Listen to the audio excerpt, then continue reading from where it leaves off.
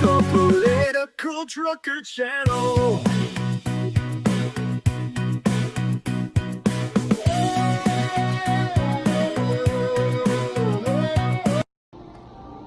Hey, my fellow truck drivers, my name is Ray with the Political Trucker Channel. So on the last video, we talked about Arkansas passing the law about where you had to be able to read and speak English fluently, or they were going to fine you $500 for the first occurrence and $1,000 for every other occurrence. I also said in that video that I don't think the law went far enough. So, however, as of yesterday, and we got some great exciting news for the trucking industry, especially for American truckers in this country. So, the great news is, as of yesterday, April 28, 2025, President Donald Trump signed an executive order. Standing beside him was the Secretary of Transportation. So, President Trump says that this is to enforce the common sense rule of the road for American truck driving. And I'm getting all this information off whitehouse.gov, so please feel free to go look at that. So basically what this executive order is, it's just reinstating one of the executive orders he signed earlier this year on March 1st, 2025. Therefore, making English the official language of the United States of America. And this is going to piggyback onto that. So basically, this executive order is actually going to reinforce what was already in law, but back in 2008 or 2009, President Barack Obama actually made this law where it's lax, and this is where we're running into the problem now. But President Donald Trump is actually reinstating it and forcing all 50 states to go back to the old school way, common sense. So basically, you need to read and understand signs, communicate with traffic safety officials, border patrol, agriculture checks, weigh stations, and etc.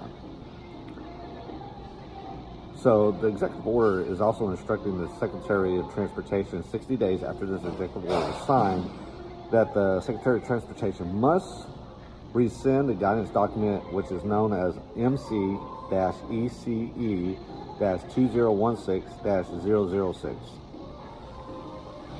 The Secretary of Transportation will also be reviewing all non-domiciled CDL holders. If you remember from my last video, I strongly think that the Arkansas law didn't go far enough.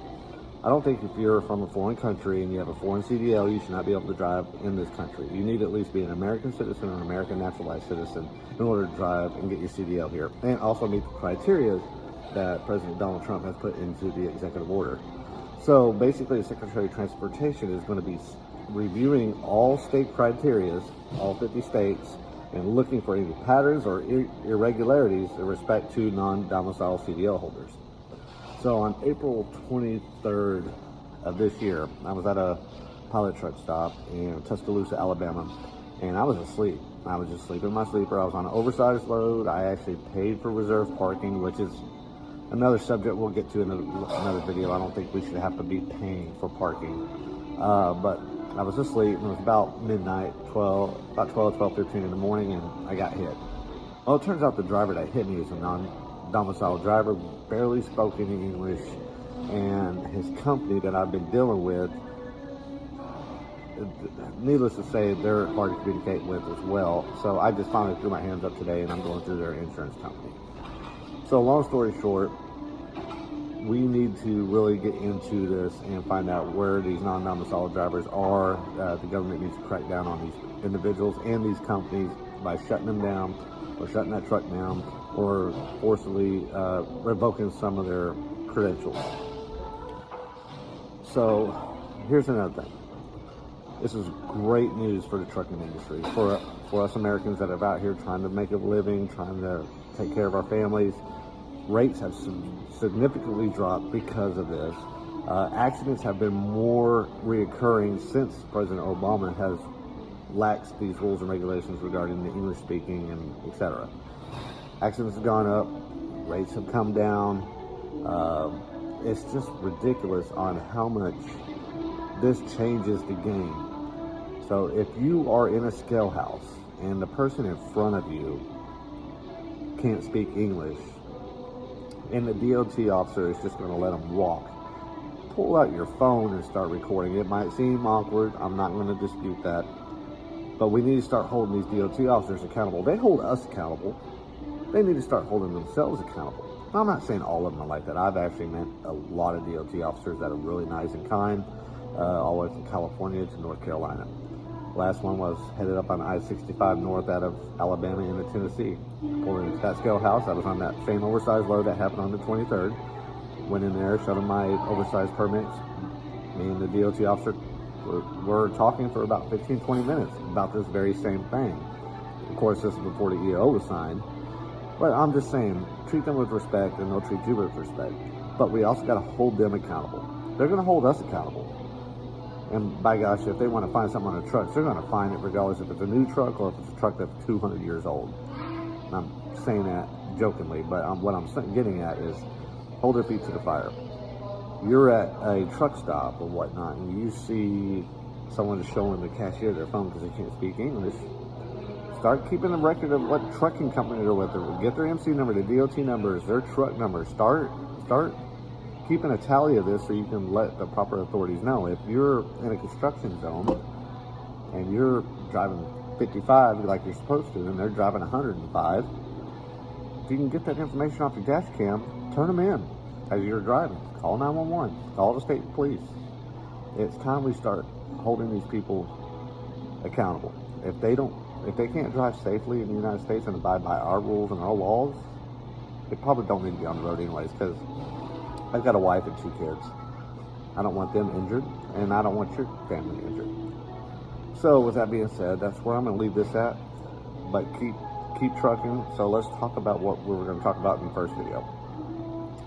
For the second video. So the first thing is fueling. As we all know, you pull into the fuel island, swipe your card, your rewards card, do your thing, and then you pull up to the yellow line. So back in the day when we had paper logs, you couldn't log it in 3 minutes or 4 minutes or 5 minutes or anything like that. So fueling usually takes anywhere from 6 to 12 minutes. So what we would do on the paper logs, we would just show fueling for 15 minutes because that was the first hash mark on the paper log. Pull up to the yellow line, and now the person behind you will spend 15 minutes getting fuel. So you got the yellow line in front of him for 15 minutes. It comes to 30 minutes. So if you do it right, you're going to spend about 30-35 minutes between fueling and the yellow line. Now, we see this all the time. Guys get into the fuel line, grab their book bag, their diaper bag, or whatever it is, and they go in the store and take a shower. 45 minutes later, and if you're on an oversized, you know you can't back up very well. You're sitting there. So we need to start educating some of these younger drivers that pull up to the fuel island, get fuel, pull up to the yellow line, then go in the store and handle your business. If you need to take a shower, find a place to park. If there is no parking, then your shower is just going to have to wait. You're just going to have to stink until you find another truck stop. So with all that being said, just keep in mind that common courtesies out here. We all got places to be. And with that being said, we want to go get our fuel, go do what we have to in the store for another 15 minutes, get a snack, something to drink, use the restroom real fast, and go. It's not a party line where you get to go in there and take a shower, or go sit down at McDonald's or the Arby's or the Carl's Jr. or whatever to go eat, or the Denny's. Do what you got to and go on. If you can't find parking, you're just going to have to put that agenda aside later on. Now, one of the other things to think about is, and there's mitigating circumstances as well. So you pull up to the fuel island, and sometimes if you gotta go to the bathroom, you gotta go. I get that. Some of us might have had taco hell the night before, or we might be running sick or have some food poisoning because somebody decided to eat the Pilot Flying J sushi out of the cooler. I mean, I'm just saying, just be nice, respectful. So you never know what the situation is when you get behind someone and you're behind them and they're at the fuel line and you don't see no fuel lines in their fuel tank. You know, just kind of have an open mind. But if they come out with their book bag and their towel slung over their shoulder and all that, then you know what they did.